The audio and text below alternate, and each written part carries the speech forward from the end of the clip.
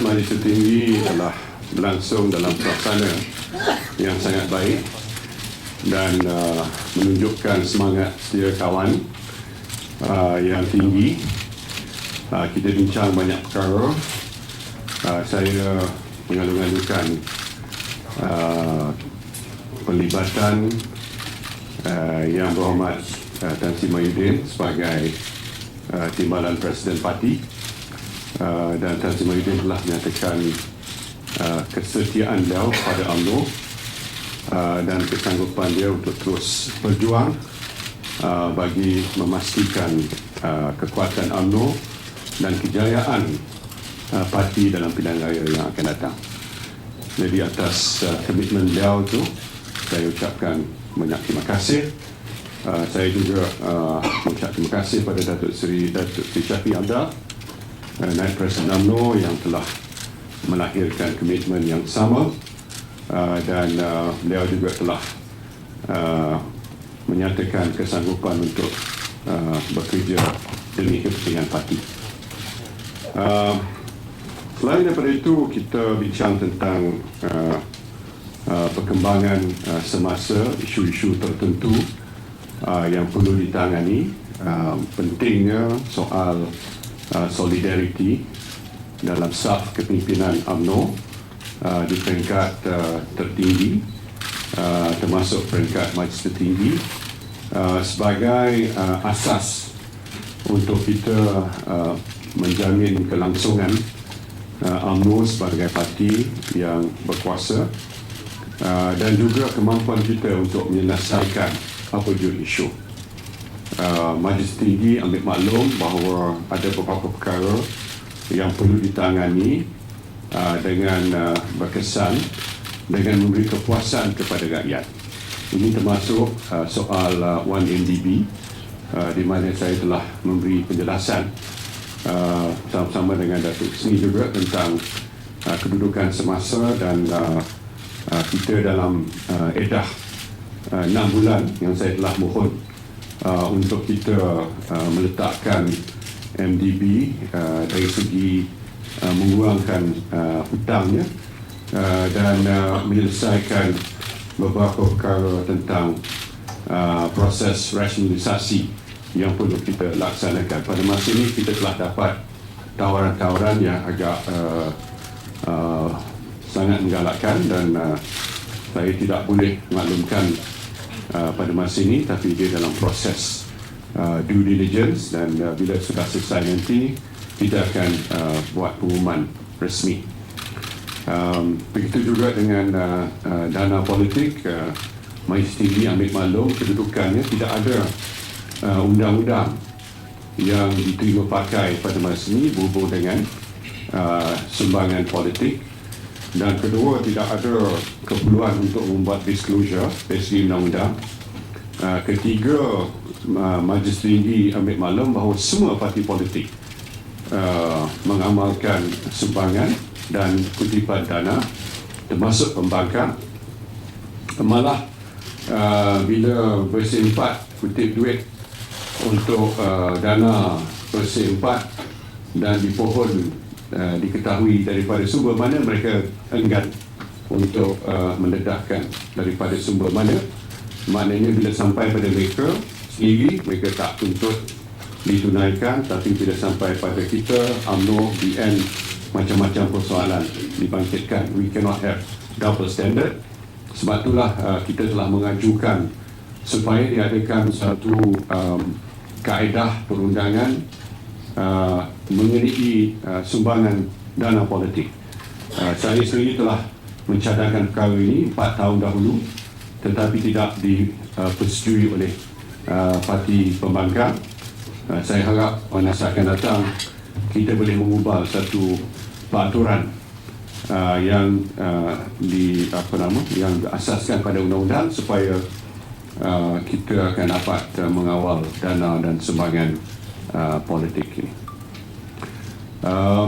Soal kerja untuk rakyat, fokus penting bahawa sebagai parti kita parti yang menunjangi kerajaan, kita terus memberi fokus kepada pembelaan rakyat, kepada usaha-usaha untuk bukan sahaja membangunkan negara tapi menyelesaikan masalah rakyat. Apa yang dikatakan sebagai dekat di hati rakyat, hendaklah kita memberi fokus yang secara berterusan, termasuk juga penyediaan bajet yang akan datang ni.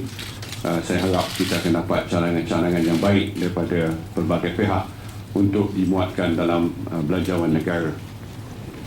Berkenaan dengan Perhimpunan Agung, Perhimpunan Agung akan diadakan pada 8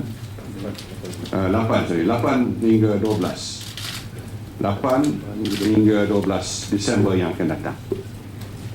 Ini adalah kerana bulan November ni kita terlalu banyak persidangan antarabangsa di mana Malaysia akan jadi host.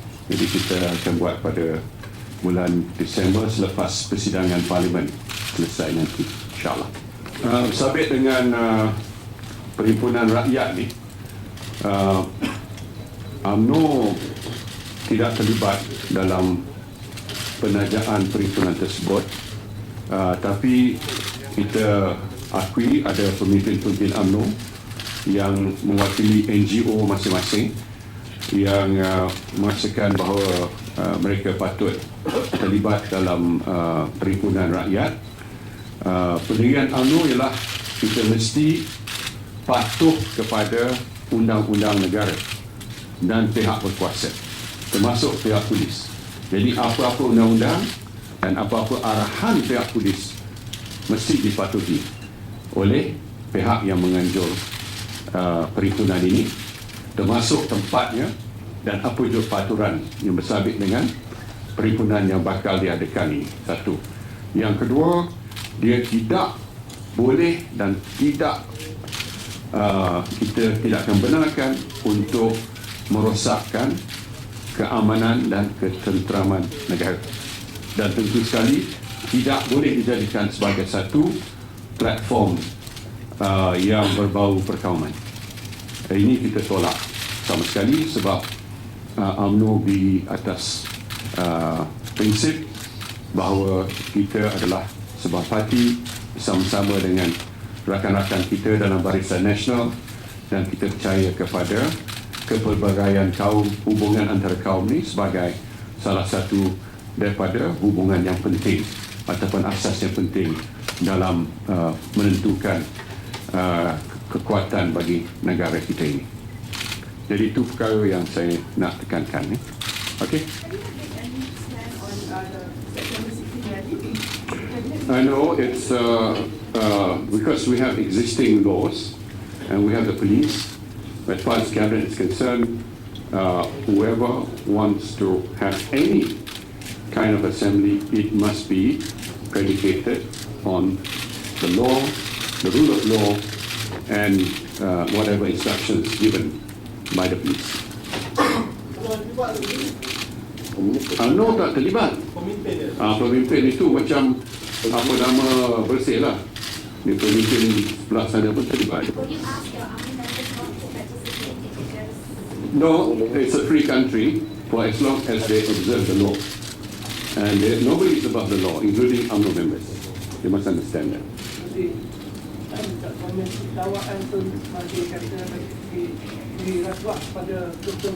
Tanya apa rasuah? Dah ada polis report pun terhadap kenyataan tersebut. Saya serah pada pihak polis untuk catat.